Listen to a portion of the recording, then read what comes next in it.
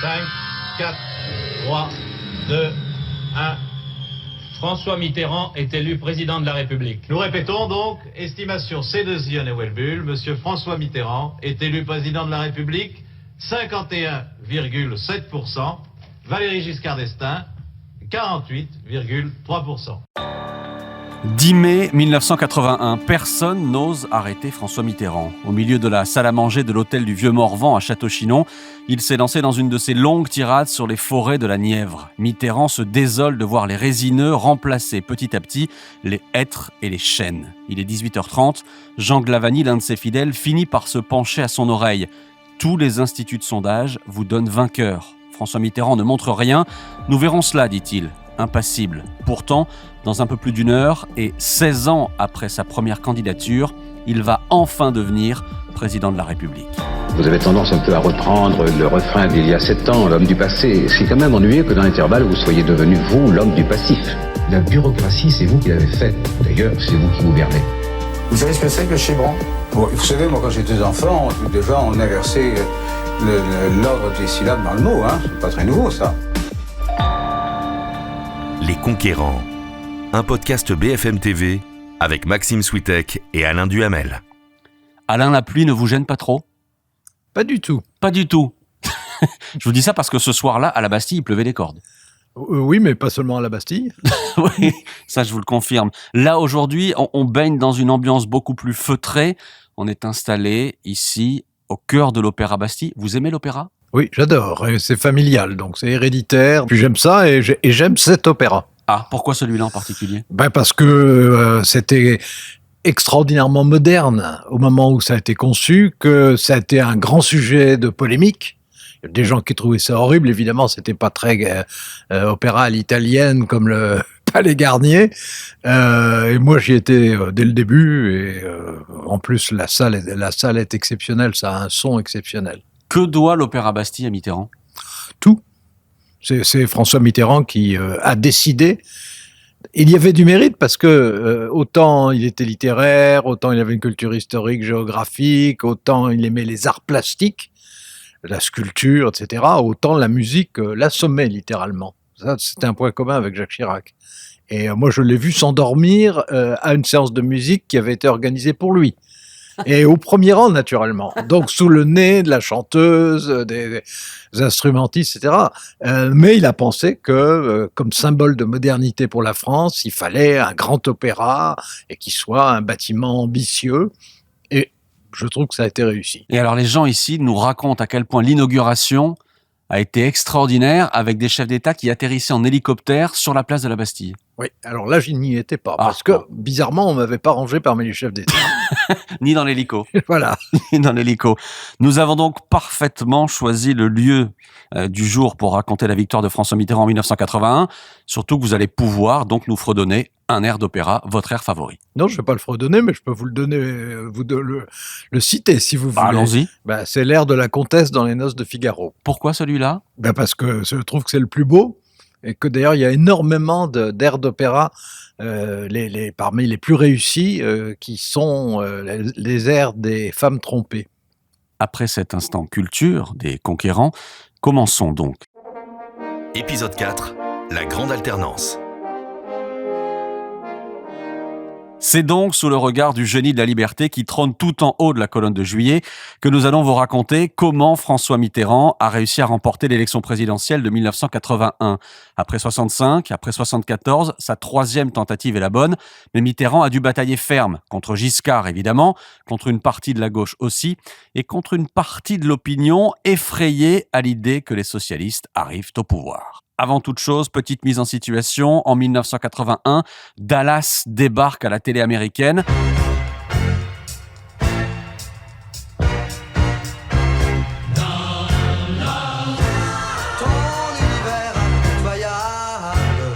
Au même moment, Ronald Reagan emménage à la Maison-Blanche. Pour Ronald et Nancy Reagan, la journée avait commencé à 8h par la bénédiction et la messe à l'église Saint John, l'église des présidents.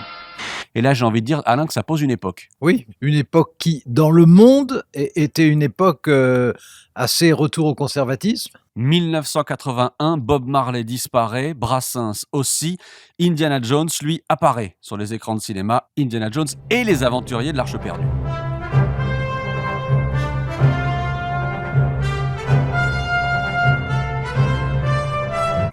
La Grèce devient le 10e pays à rejoindre la CEE, la future Union européenne. En 1981, l'inflation ne faiblit pas, 13%, c'était déjà le cas en 80.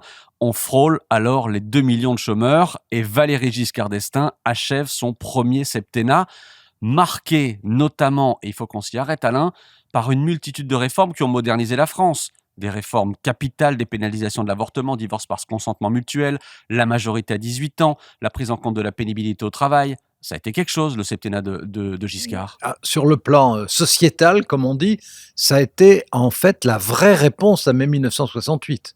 C'est-à-dire que c'était la volonté de modernisation d'une société. Ce qui était intéressant, c'est que c'était un libéral néocentriste, Valéry Giscard d'Estaing, qui faisait ça contre les intérêts de son camp. Typiquement, le divorce facilité par consentement mutuel, sa propre famille, à sa génération, était totalement hostile. Ou bien l'abaissement du vote à 18 ans, autour de lui, ses propres partisans s'arrachaient les cheveux en disant bah, « là, on est en train de s'affaiblir délibérément ». Il a modernisé la France, la société française, contre ses intérêts personnels. Et je crois pas que ça soit une explication de sa défaite finale. Et tout ça en plus dans un contexte économique extrêmement difficile après le deuxième choc pétrolier. Oui, le deuxième choc pétrolier, 78, 79, 79, 80, ça a été ce qui pouvait arriver de pire au moment où on essayait à la fois d'avoir un budget qui soit à l'équilibre, ce qui était le cas. Ça nous amène longtemps en arrière, de combattre l'inflation qui effectivement résistait beaucoup, et les chocs pétroliers, puisque c'était le deuxième, il comptait énormément dans cette affaire, et puis avec un chômage qui explosait littéralement. Raymond Barre, donc à partir de 1976, entre 1976 et 1981, Raymond Barre a mené une politique très cohérente, mais qui était une politique, il faut dire les choses, d'austérité et qui était par nature impopulaire. Autrement dit, les grandes réformes les 2 premières années, l'Europe par la suite et une politique économique nécessairement impopulaire. Et en face, c'était l'utopie allègre. On proposait de tout changer, de tout imaginer. Il faut se rendre compte ce qu'il y avait dans la tête des gens à ce moment-là. Le programme de la gauche, enfin de la gauche des socialistes, c'était celui qui comptait. Le programme de la gauche, on avait l'impression que c'était un monde nouveau qui s'ouvrait. J'ai une question très ambitieuse. Dans quel état est la France en 1981 ? Elle est d'abord très divisée. Parce que là, pour le coup, il y a 2 camps comme rarement, et 2 camps avec des programmes qui sont réellement des programmes antagoniques, mais complètement. François Mitterrand, qui ne se sent pas prisonnier du projet socialiste, qui avait été échafaudé en 79-80, pourtant à sa demande. Moi, il m'avait dit à ce moment-là, parce que je lui disais c'est complètement irréaliste, et il me répondait ça n'est pas grave, laissons-les échafauder leur cathédrale, la cathédrale c'est le projet socialiste, moi je construirai ma petite chapelle à côté. Et sa petite chapelle, c'était les 110 propositions, qui étaient plus raisonnables que le projet socialiste, enfin qui étaient, disons les choses, enfin, qui en tout cas me paraissaient totalement utopique. Et lui, Valéry Giscard d'Estaing, dans quel état est-il ? J'allais dire presque personnellement. Il n'est pas anxieux réellement sur l'élection jusqu'à la fin de 1980. Moi, j'ai le souvenir d'un dîner avec des journalistes et lui en mois d'août, en plein mois d'août, ils avaient fait revenir de vacances, donc on se le rappelle, 1980, où il rayonnait littéralement. Il était dans ses grands projets. On va faire de l'Europe une grande puissance, la France dispose quand même d'entreprises clés dans les secteurs d'avenir, il parlait beaucoup du nucléaire, de l'aviation, de la chimie, etc. Donc il était optimiste sur ses chances, et en même temps, il était assailli de partout. Il était assailli sur les affaires personnelles qui étaient assez ridicules, cette histoire de diamants. Donc votre silence, et on en termine avec cette question, votre silence c'était ni de l'embarras, ni de l'indifférence, ni du mépris. Moi, c'était quelque chose qui tenait aussi, permettez-moi de vous le dire, à mon caractère et à l'idée que j'ai de ma fonction, et qui est qu'il faut laisser les choses basses mourir de leur propre poison. Et il était attaqué parce qu'il y avait eu des histoires beaucoup plus embêtantes, notamment d'assassinat de personnalités politiques. Il y avait quand même eu 3 personnalités politiques de son propre camp, en plus, assassinées sous son septennat. Je n'ai pas le souvenir qu'il y ait beaucoup de choses équivalentes dans l'histoire de la République. Hein. Et il voyait quand même monter une force en face de lui, et il se faisait des illusions sur l'effet que les divisions entre François Mitterrand et les communistes allaient produire. Il croyait que ce serait à son bénéfice.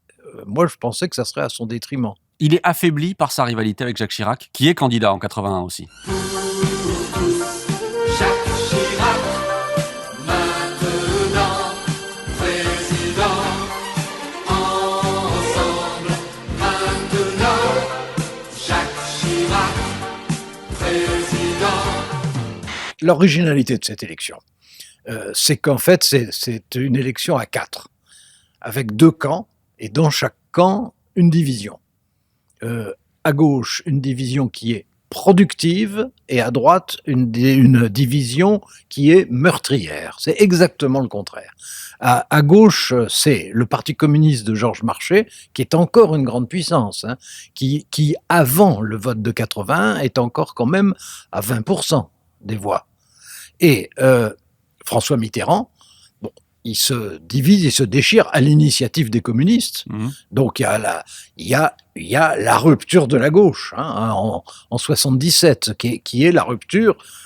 Le Parti communiste prétend que François Mitterrand vire à droite, c'est le contraire. En réalité, il vire à gauche, et son programme le démontre bien. Bon, mais cette division-là, ça sera la chance de François Mitterrand. Parce que quand il sera candidat, la moitié de la France qui le soutient pensera que c'est peut-être risqué économiquement, souhaitable socialement, mais que politiquement, il n'y a pas de problème, puisque les communistes auront forcément un second rôle. Donc c'est productif pour François Mitterrand. Du côté de Valéry Giscard d'Estaing, c'est l'inverse. Là, il y a 2 forces. Il y a l'UDF, c'est-à-dire la réunion des centristes et des libéraux. Ça, c'est le camp de Valéry Giscard d'Estaing. Et puis le RPR qu'a lancé Jacques Chirac, donc le RPR qui est sa construction à lui. Le paradoxe, c'est que dans cette majorité, le parti du président est minoritaire dans la majorité. Et donc les dernières années, les années barres en simplifiant, sont des années où le gouvernement est obligé de gouverner à coup de vote bloqué, de façon permanente, parce qu'il est en minorité dans sa majorité, et que Jacques Chirac mène une guerre absolument frontale, et qui est une guerre désastreuse. Alors, ensuite, il n'a qu'une idée en tête, c'est de faire battre Valéry Giscard d'Estaing, et il y arrive. La droite divisée, la gauche aussi, sauf que là c'est assumé. Petit retour en arrière, en 1972, François Mitterrand, qui vient d'être élu premier secrétaire du Parti socialiste, réussit l'union de la gauche autour du programme commun. Socialistes, communistes, radicaux de gauche se sont entendus sur un programme de gouvernement.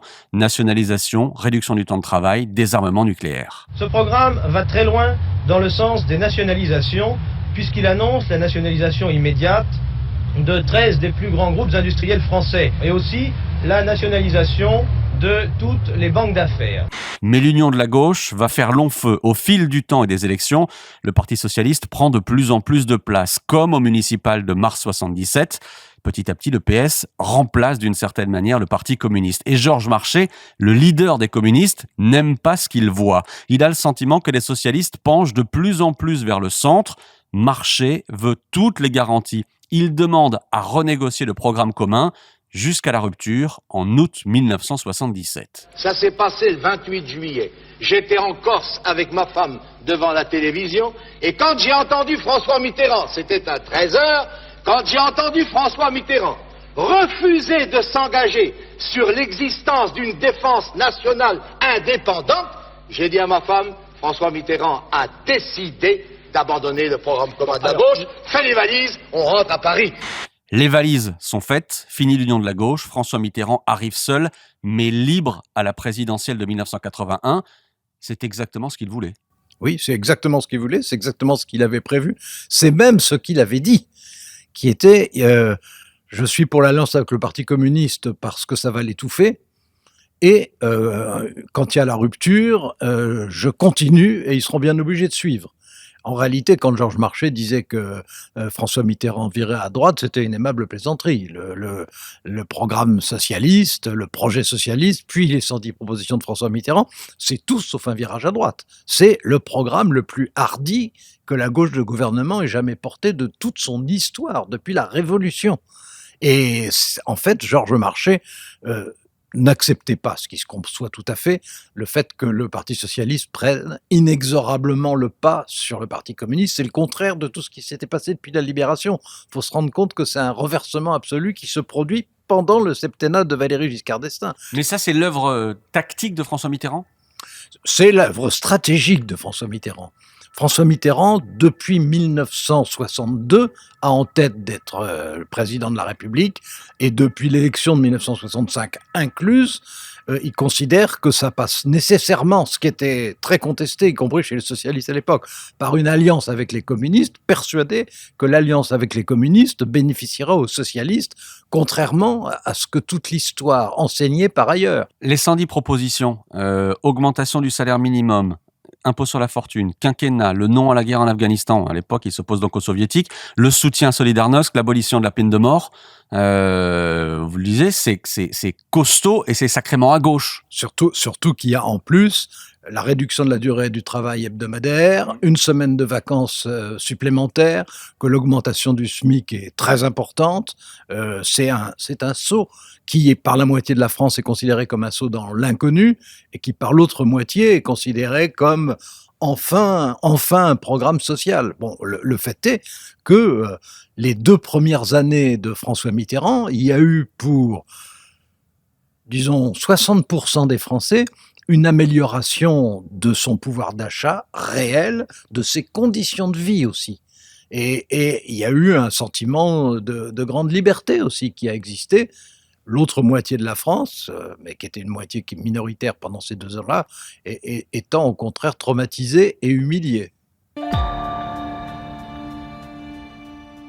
Alain, on s'arrête sur l'abolition de la peine de mort. Comme vous le dites, vous avez eu votre petit rôle. Un relais.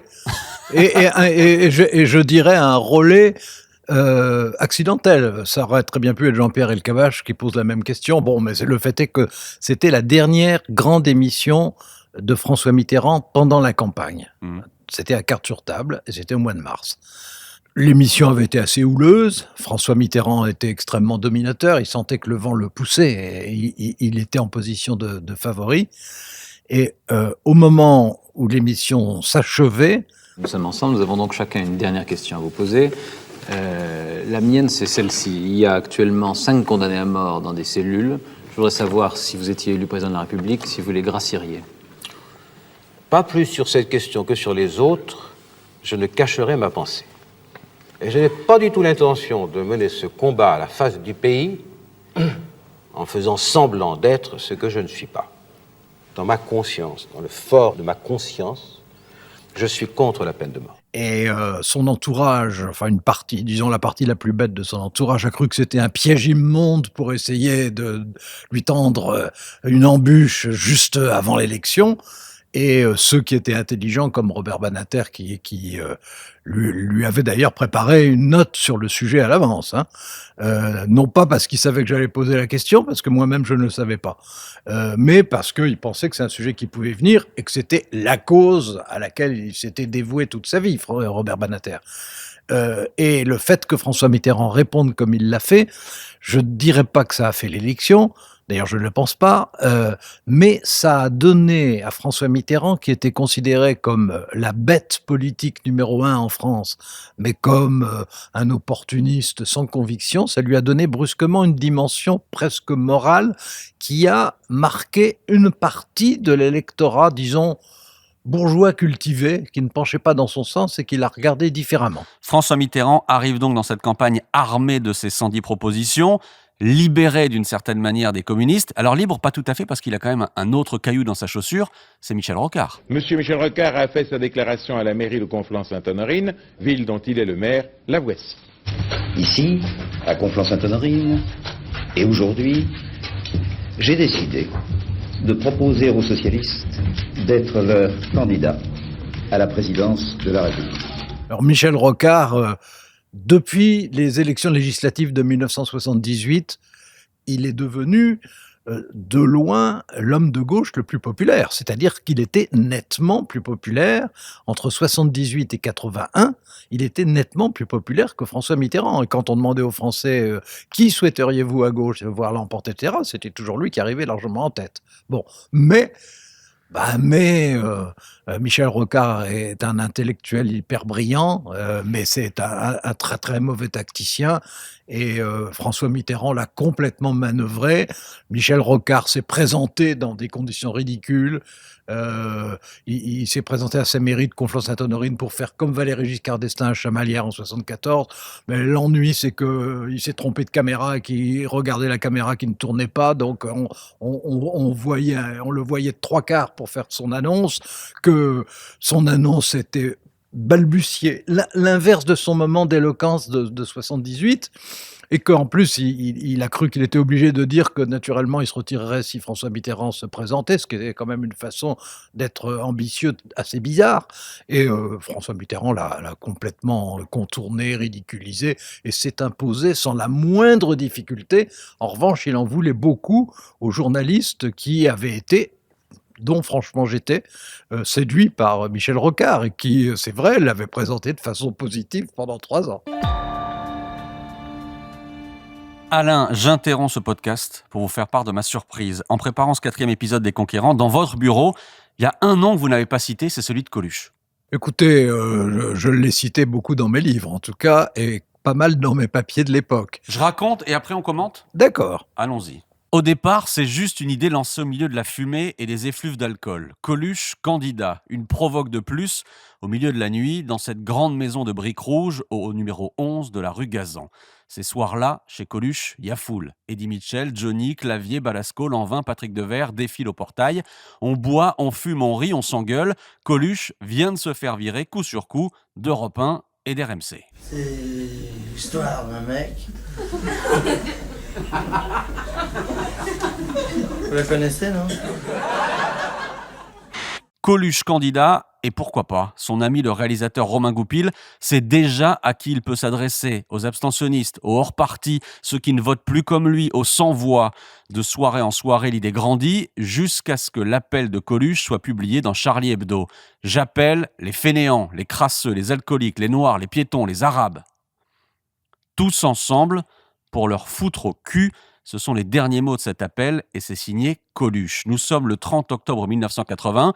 Des comités vont se monter dans toute la France et les sondages vont s'emballer. Plus de 10% le 2 décembre à la une du quotidien de Paris, 16% dans le JDD du 14 décembre. Coluche se prend au jeu, accepte des soutiens qui font tousser ses proches. Certains de ses amis ne se marrent plus du tout. L'ambiance se tend. Jacques Attali est même envoyé par François Mitterrand pour ramener l'humoriste à la raison. Les renseignements généraux se font visiblement de plus en plus pressants. Coluche est surveillé. Numéro de dossier 817 706. Des pressions, des menaces aussi, mais Coluche s'accroche jusqu'au 16 mars 1981. Il renonce. Le premier tour est dans 1 mois et demi. On s'est engueulé, Alain, à propos de Coluche. Faut le dire. Oui, mais tout le monde, bien sûr, c'était complètement... Mais je veux dire, nous deux, on s'est engueulé à propos de Coluche. Nous Vous m'avez engueulé à propos de Coluche. Coluche. Ah oui, bien sûr, vous êtes très jeune, vous n'avez pas connu cette période, vous êtes prisonnier de fantasmes à propos de Coluche, et puis c'est votre génération, ça fume, ça boit, ça s'engueule, vous le disiez vous-même. Donc, non mais en gros vous m'avez engueulé en disant pourquoi parler autant de Coluche ? Non, c'est ça. En fait, ce que je vous ai reproché tout à fait directement, c'est de vouloir donner à la fin de cet entretien une place héroïque à Coluche, comme s'il était le personnage principal de l'élection de 1981, ce qui évidemment n'est pas du tout le cas. En réalité, dans Coluche, qui était, tout le monde le sait, moi je ne discute pas du tout cet aspect des choses, qui avait un talent inouï, et inouï et d'une originalité absolue. Mais on a beaucoup fantasmé. Il y a eu un côté positif et un côté négatif. Le côté positif, c'est qu'en fait, ça a été non pas sa candidature, mais sa campagne. Ça a été d'une certaine manière prophétique. C'est-à-dire que c'est la première fois que dans une grande démocratie, on voyait un personnage complètement hors sol, complètement en dehors du monde politique, complètement même anti-politique, qui brusquement a surgi pour dire avec ces mots qui, comme vous le savez, n'étaient pas particulièrement choisis, avec ces mots pour dire ce qui ne se disait pas à l'époque, c'est-à-dire tout ce qu'une partie des Français reprochait au type de vie qu'on leur imposait. Et il a fait ça très bien, avec beaucoup de talent, et d'une certaine manière, il annonçait des personnages comme Beppe Grillo en Italie, qui a quand même été le premier parti en Italie il y a encore 3 ans, comme Zelensky, qui est en ce moment le président de l'Ukraine. Il y avait un côté prophétique comme personnage et prophétique par une façon de brusquement contester radicalement les ressorts d'une société, et en plus de façon comique. Donc, vous voyez, je sous-estime pas ce que ça représentait. Mais sur le plan électoral, non. Il n'a jamais été question qu'il ait ses 500 signatures. Il n'a jamais été question qu'il soit vraiment candidat. Il n'a jamais été question, bien entendu, il n'avait pas de programme, sinon des bons mots. Des bons mots malsonnants. Mais des bons mots quand même, il faut bien le dire, il nous faisait beaucoup rire. Mais sa campagne, elle a été déclinant, et on l'a bien vu se déconstruire. Ça a été très drôle au début, ça a été choquant après. Il y a des grands intellectuels qui l'ont soutenu, et puis qui s'en sont éloignés. Et puis de plus en plus, il s'est caricaturé, il s'énervait, il savait plus ce qu'il devait faire. Et la fin, comme vous le savez, ça a été ce qui était un gag, en fait, c'est-à-dire son mariage avec Thierry Luron, qui était probablement le meilleur imitateur à cette époque-là, dans une calèche tirée par des chevaux, Thierry Luron habillé en marié, donc avec une robe blanche, des fleurs dans les bras, etc. Et d'une certaine manière, ce mariage, c'était en réalité un divorce. C'était un divorce avec sa candidature. Dans le précédent épisode des Conquérants, on a raconté, Alain, qu'en 1974, on voit apparaître les conseillers en communication, les spécialistes du marketing politique. Ils sont toujours là en 81, et ils sont toujours là dans les deux camps. Oui, alors la différence, c'est que les meilleurs sont à gauche cette fois-là. Les meilleurs communicants, les meilleurs spécialistes, vraiment, il y a toute une génération. Et avant le vote, ce qui est assez frappant, et ça, c'est une des choses que j'avais repérées à l'époque, c'est qu'on voyait dans beaucoup de milieux, chez les hauts fonctionnaires, chez des artistes, mais aussi chez des communicants, une génération qui se tournait spontanément vers François Mitterrand. Et ça, c'était assez frappant. Du côté de Valéry Giscard d'Estaing, c'est l'inverse. Il avait fait la campagne de 74, dont je vous disais que dans le genre campagne courte, c'est vraiment ce qu'on a vu de plus brillant, peut-être de campagne tout court d'ailleurs. En 81, il a complètement raté sa campagne. Il a choisi d'abord ce slogan stupide, ce qui pourtant il était tout sauf stupide, Valéry Giscard d'Estaing, qui était « il faut un président pour la France ». Le président c'était lui, et les gens se sont dit pourquoi est-ce qu'il en faut un, si c'est pas lui, c'est l'autre, évidemment. Et il a autour de lui donné les clés de la campagne à des gens brillants, sympathiques, qui étaient des amateurs absolus. Et ça s'est senti tout de suite. Et puis lui-même n'a pas trouvé le ton. Il a commencé trop tard sa campagne, et il l'a mal commencé, et son idée de citoyen candidat, etc., c'était incompréhensible pour les gens.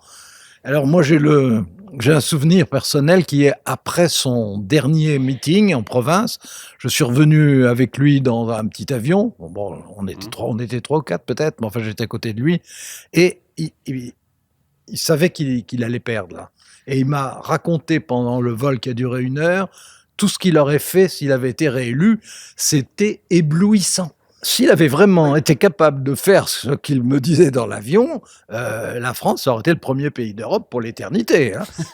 Bon, mais il savait qu'il était battu. Et alors, ça a quelque chose quand même d'assez étrange de voir à quel point, quand quelqu'un de très orgueilleux et qui est président sortant se rend compte qu'il a perdu et que brusquement, d'une certaine manière, ça le débloque intellectuellement. Et alors qu'il venait de faire une mauvaise campagne, il a passé 1 heure qui était une grande réussite. L'ennui, c'est que j'étais le seul auditeur. S'il l'a raté, cette campagne, c'est aussi parce que c'était une campagne plus longue, beaucoup plus longue que les précédentes? Oui, il y avait de ça. Il y avait le fait que, presque jusqu'au bout, il a voulu être le président, ce qui est intéressant par rapport à la situation actuelle. Il a voulu être le président et pas du tout le candidat. Et qu'il a joué réellement ce jeu-là. Et donc, il a commencé sa campagne trop tard. En plus, il y avait l'histoire des diamants de Bokassa, il y avait les meurtres, ça avait porté atteinte à son image aristocratique au-delà des malheurs humains quotidiens. Bon, ça avait complètement disparu. Et puis, Raymond Barre a appliqué sa politique. Raymond Barre qui ne s'est pas mêlé de la campagne. A appliqué sa politique jusqu'au bout. Il considérait que c'était la seule. Valéry Giscard d'Estaing était d'accord. Et cette politique, elle était impopulaire. Donc, politique impopulaire, choc pétrolier, le chômage et quelqu'un qui brusquement parvenait à faire rêver la moitié de la France. Et c'est comme ça qu'on gagne une élection. Nous sommes le 26 avril 1981, résultat du premier tour. Nous reviendrons sur les analyses, les commentaires tout à l'heure. Voyons tout de suite les résultats que je vous rappelle. Valéry Giscard d'Estaing, 28-27. François Mitterrand, 25-87. Jacques Chirac, 17-96. Georges Marchais, 15-37. Il n'y a pas de surprise au soir du premier tour. Il y a une surprise pour les communistes, qui n'imaginaient pas se retrouver à 15% avec un François Mitterrand si haut.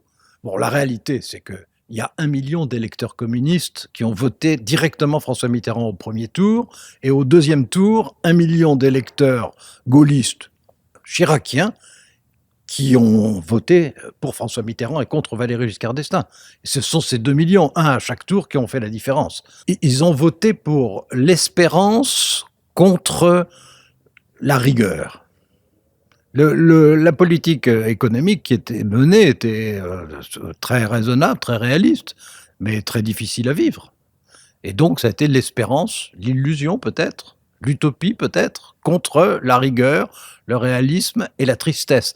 Mais en 1974, la gaieté était du côté de Valéry Giscard d'Estaing. Et en 1981, la gaieté était du côté de François Mitterrand et de son camp. Et ça se sentait dans les derniers mois. Tous les deux se retrouvent le 5 mai pour le débat. Au départ, Mitterrand ne veut pas de ce débat? C'est Mitterrand qui n'en veut pas? Alors, surtout Valéry Giscard d'Estaing, qui était pas en très bon état électoral, a proposé 2 débats, en pensant qu'il serait le meilleur. Bon, finalement, il n'y en a eu qu'un. François Mitterrand n'a jamais aimé cet exercice. Et le débat, je ne dirais pas que c'est François Mitterrand qui l'a emporté, mais c'est en tout cas un match nul. Et à un moment, François Mitterrand a marqué un point quand il lui a dit « Mais je ne suis pas votre élève ». Et en plus, il était assez malin, c'était à propos du niveau du mark par rapport au franc. Pour le Deutschmark, pouvez-vous me dire les chiffres? Je connais bien la chute du franc par rapport au mark entre 1974 et aujourd'hui. Le chiffre de la journée, de la soirée. Oui. Et ça, comme ordre de grandeur. Ça s'est aggravé. D'abord, je n'aime pas beaucoup, je vais vous dire les chiffres, mais je n'aime pas beaucoup cette méthode. Je ne suis pas votre élève, vous n'êtes pas le président de la République ici, vous êtes simplement mon contradicteur, et j'entends bien... Non, pas de cette façon-là. Il lui répond « Je ne suis pas votre élève », il parle encore un petit peu, puis il finit par donner le chiffre dont Valéry Giscard d'Estaing pensait qu'il ne le connaissait pas. Et il le connaissait parce qu'il s'était bien préparé. C'est un débat moins décisif qu'en 74? Oui. C'est parce que vous n'étiez pas là, non? Non, pas du tout. C'est parce qu'en 74, la veille du débat, c'était 50-50 dans les sondages, et que cette fois-là, les sondages donnaient un avantage modéré, mais un avantage à François Mitterrand. Le jour du débat, François Mitterrand, c'est en plus avec les chiffres du premier tour, le jour du débat, François Mitterrand était le favori. Et en plus, le comportement des alliés, je vous disais que c'était un match à 4 quand même au départ, était transparent. Georges Marchais appuyait à regret, alors il manifestait son regret, appuyait à regret François Mitterrand, et Jacques Chirac était entre les 2 tours glacial, ostensiblement glacial vis-à-vis de Valéry Giscard d'Estaing. Bon, et comme vous savez, une partie disons, l'appareil et les militants les plus ardents de Jacques Chirac ont voté François Mitterrand au second tour. On peut dire que Jacques Chirac a beaucoup contribué à la victoire de François Mitterrand, mais comme je vous le disais, moi, ce qui me frappe, c'est que l'allégresse avait changé de camp avant le vote. Je l'ai dit en préambule, pour être élu en 81, François Mitterrand a dû batailler face à Valéry Giscard d'Estaing, évidemment, on en a parlé. Il a dû ferrailler contre une partie de la gauche, là aussi on l'a évoqué. Et puis, il y a un autre mythe, c'est le mythe du banquier suisse. C'est-à-dire qu'il y a toute une partie de la société française qui était effrayée à l'idée que les socialistes, que la gauche arrive au pouvoir, et est parti en Suisse avec des valises et même des sacs poubelles remplis de billets pour aller mettre l'argent au chaud en Suisse et bien protégé. Est-ce que ça, c'est un mythe ou pas ? Alors, il y a deux choses différentes. D'une part, qui avait peur au moment du vote ? Réponse, la moitié de la France. La moitié de la France n'est pas composée de milliardaires. Les paysans voyaient leurs terres saisies, même s'il y avait eu des garanties données, mais enfin, il n'empêche qu'ils avaient peur. Et tous ceux qui étaient des privilégiés de près ou de loin étaient affolés par les 110 propositions. Et vous avez aussi des ouvriers conservateurs, c'est pas la majorité, mais vous en avez. Vous avez des gens qui sont des modérés, qui voyaient tout ça avec les yeux absolument exorbités. Donc la moitié de la France avait peur et l'autre moitié de la France espérait. Bon, et puis vous avez effectivement un phénomène parmi les plus privilégiés, alors d'affolement, mais ça je dirais que c'est plutôt au lendemain du scrutin, où alors il y a eu effectivement une débandade de gens, les uns arrivant avec des sacs d'argent et les autres se demandant s'ils allaient plutôt s'installer en Suisse, en Belgique, en Grande-Bretagne, voire certains aux États-Unis, pour fuir ce continent maudit qui se permettait de changer de politique. Et que ça a été assez ridicule, mais il faut se rendre compte qu'aussi au même moment, il a fallu fermer la bourse au lendemain de la victoire de François Mitterrand, il a fallu fermer la bourse 48 heures, et le franc a été attaqué, et que Barre, qui tenait toujours les manettes pendant la période de transition, a été plus que correct. Et avec la Banque de France, ils ont bien travaillé, et donc les choses se sont passées correctement. Nous voilà donc le 10 mai 1981. Il est 19h, comme il le fait lors de chaque soirée électorale. François Mitterrand retrouve la toute petite chambre numéro 15 de l'hôtel du Vieux-Morvan à Château-Chinon. Les plus fidèles ne sont pas loin. Jean Glavany, Jacques Séguéla, François de Grossouvre, Anne Sinclair et Yvan Levaille sont là aussi. L'hôtel déborde de journalistes. Et cette fois, c'est confirmé. Quelques minutes avant 20h, on annonce à François Mitterrand qu'il est élu. Réponse du futur président: c'est mieux que le contraire. Au même moment, sur le plateau d'Antenne 2, Jean-Pierre Elkabbach reçoit les dernières infos. Réputé proche de Giscard, il sent que le vent est en train de tourner et comprend juste avant 20h qu'il va prendre la porte. Nous étions, dit-il, les morts de demain, les moribonds sur le chemin du cimetière. À 20h, le visage pixelisé de François Mitterrand apparaît sur les téléviseurs. À l'antenne, Jean-Pierre Elkabbach et Étienne Moujotte annoncent à la France le nom du vainqueur. 5, 4, 3, 2, 1. François Mitterrand est élu président de la République. Nous répétons donc, estimation C2 et Welbull, Monsieur François Mitterrand est élu président de la République, 51,7%, Valéry Giscard d'Estaing, 48,3%. Instantanément, la liesse envahit les rues, partout. À Paris, le point de ralliement, c'est ici, place de la Bastille. Rocard, le rival de Mitterrand, joue des coudes pour pouvoir monter sur scène et être le premier à parler. Début de bagarre, échange de coups et très gros orage. Les larmes de joie se mêlent aux gouttes de pluie. Les slogans étaient répétés inlassablement et le symbole du Parti socialiste, la rose, était très présent. Pourtant, l'ambiance était à la kermesse et on parlait peu de politique. Au fil des heures, après quelques interventions politiques, on exprimait de plus en plus la joie par la danse et la musique. Vous êtes venu ici le 10 mai 81 ? Ah non, mais j'en ai jamais eu l'idée, franchement. Pourquoi ? Parce que j'ai des défauts, mais je suis pas idiot. On vous aurait lynché ? On m'aurait pas lynché, mais enfin franchement, il aurait fallu être masochiste pour aller sur place à ce moment-là, en sachant que ceux qui étaient là, c'était les plus heureux, c'était les plus militants, ils avaient envie de faire la fête, qui était légitime de leur part. Bon, moi j'avais l'image disons en simplifiant, d'un giscardien critique Et puis j'avais fait l'émission avec Jean-Pierre Elkabbach. Mon frère était le chef du service politique de la chaîne d'à côté. Il y avait que 2 grandes chaînes, donc on était chacun sur une chaîne. Étienne Moujotte était à Europe 1, chef de file de radio qui à l'époque fonctionnait très bien. C'était évident qu'il y aurait au lendemain non seulement changement de cap, mais changement d'homme. C'était écrit d'avance. Mais ce soir-là, c'était pas une surprise. Ce soir-là, il paraît que la foule criait Duhamel à la poubelle. Alors, la foule criait, d'après ce qu'on m'a dit, puisque je n'y étais pas, mais d'après ce qu'on m'a dit, non, c'était les 4. Il y avait une bande des 4. C'était Moujotte aux chiottes, Elkabbach à je ne sais plus quoi, et les Duhamel, puisqu'il y avait mon frère, à la poubelle. C'est comme ça. Franchement, c'est pas le moment le plus agréable. Je dis pas ça par habileté. Ce qui s'est passé à la Bastille, ça ne m'a pas choqué. En revanche, ce qui m'a plus choqué, c'était ce qui s'est passé à Antenne 2, pas à Europe 1, mais à Antenne 2, où des gens qui étaient des giscardiens flagorneurs se sont réveillés avec un bonnet phrygien, une pique à la main. En 1 heure, la moitié de la rédaction avait changé d'opinion politique, et j'ai trouvé que c'était assez minable. Ce soir du 10 mai 1981, François Mitterrand entame donc ses 14 années au pouvoir. Sa 3e candidature fut la bonne. J'adresse les vœux que je dois à l'homme qui pendant 7 ans a dirigé la France. Au-delà des luttes politiques et de nos contradictions, c'est à l'histoire qu'il appartient maintenant de juger chacun de nos actes. Merci.